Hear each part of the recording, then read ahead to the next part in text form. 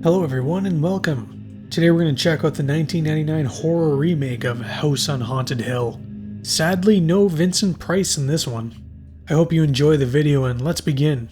In 1931, the patients of Vannicut Psychiatric Institute revolt against the staff and Dr. Vannicut himself, murdering all but 5 members of staff, setting fire to the building and burning everyone inside. We meet Evelyn Price as she watches a program on the now dubbed House on Haunted Hill.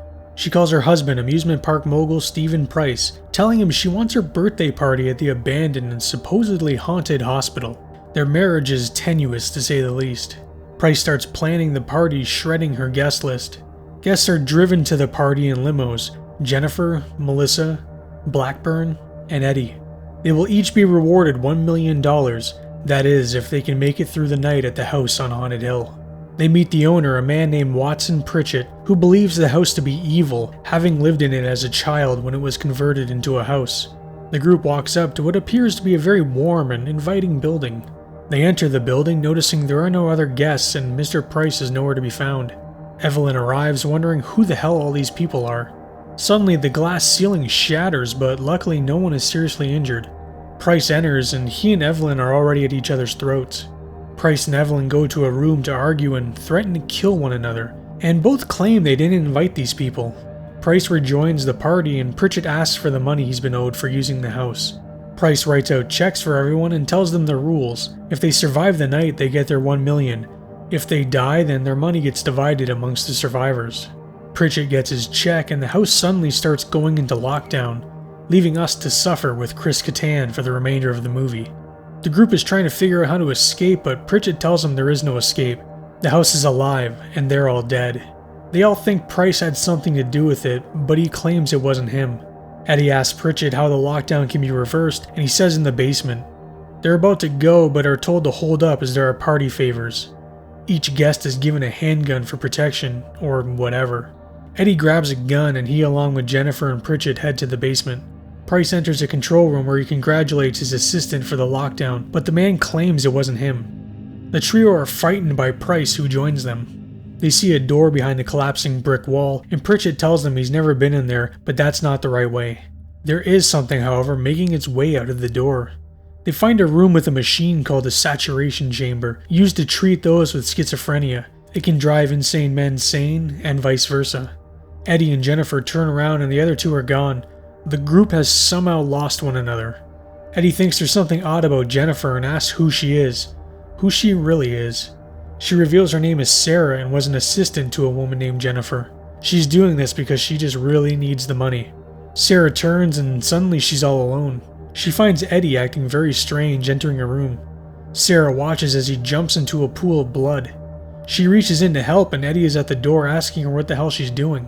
They make it back to the others and want to know where the hell Price is.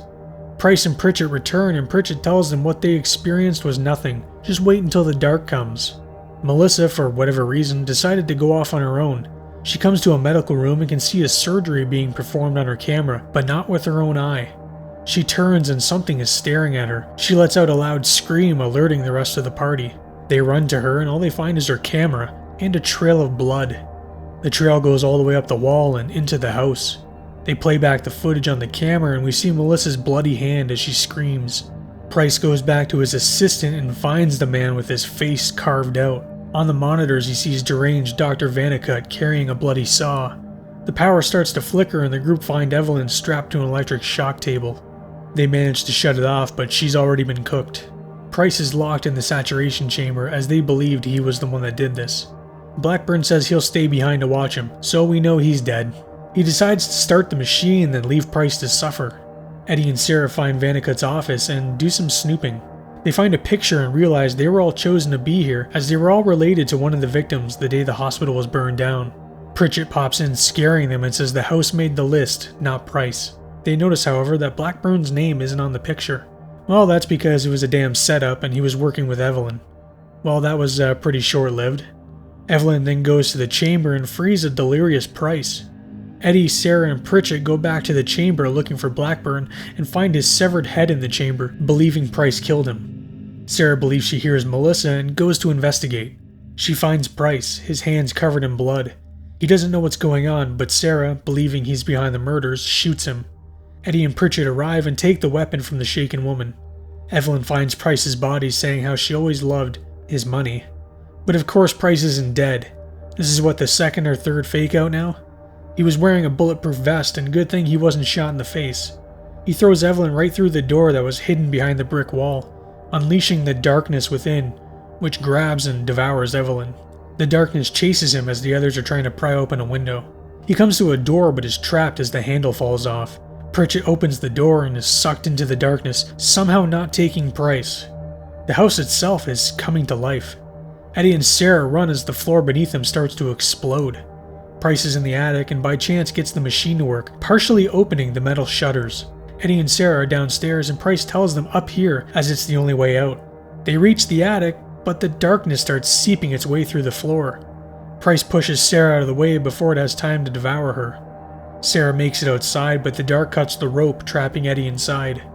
And then the ghost of Pritchett grabs the rope, opening the shutter and allowing Eddie to escape. They're looking out at the sunlight and the $1 million checks all just happen to be right there. How convenient. They laugh and look off into the distance, but how the hell are they supposed to get down? I hope you all enjoyed our look at House on Haunted Hill. If you did and would like more, then think about becoming a subscriber. Thank you all for watching and have a great day.